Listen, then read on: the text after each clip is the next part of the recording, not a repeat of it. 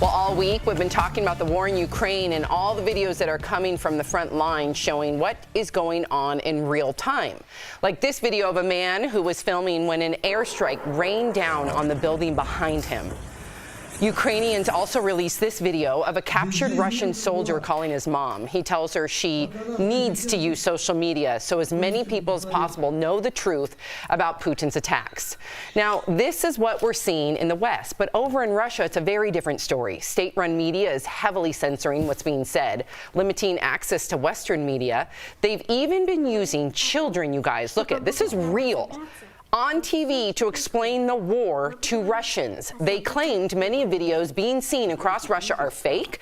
They're also claiming Nazis in Ukraine are attacking Russian speakers and police so they can justify their invasion of Ukraine. Tori, I can't believe what I am reading. That child thing was terrifying. It was very, very scary. But just know that's Russian propaganda. That's what they do. They'll use everything and all things to do it. So that has gone on for a long time, and the people are believing it. In fact, we have a story of a Ukrainian girl being bombed. She called her parents, who are currently in Russia, saying, "I'm being bombed. I have the dogs with me.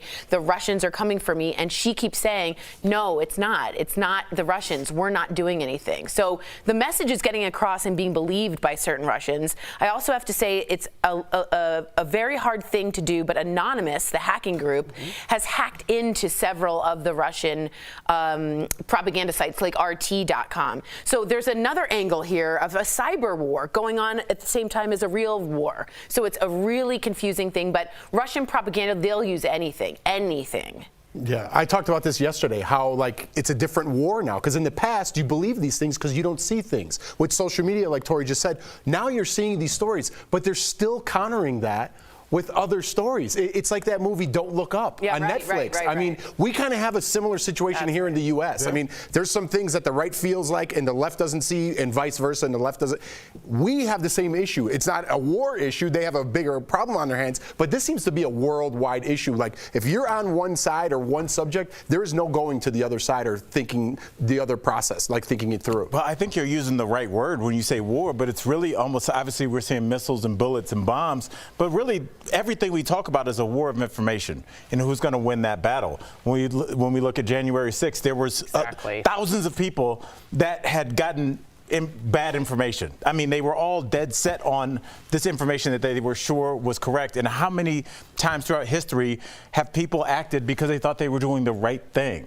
And that's one of the things that for somebody, I'm sure most people wouldn't think that I would ever come to the defense of the Capitol rioters. But when you get bad information over and over and over again, you think that you're doing the right thing. You think people are going to be writing about you in history books like they did for George Washington. So there is something to that, and I think we're seeing that play out just overseas this time. That's why I said yesterday we need to have some sort of Disinformation Act where there has to be legislation in place to hold these social media accounts accountable. And I said on the air, too, how much I disagreed with you, and then I turned around after all these years, and even Biden agreed with you on his State of the Union speech.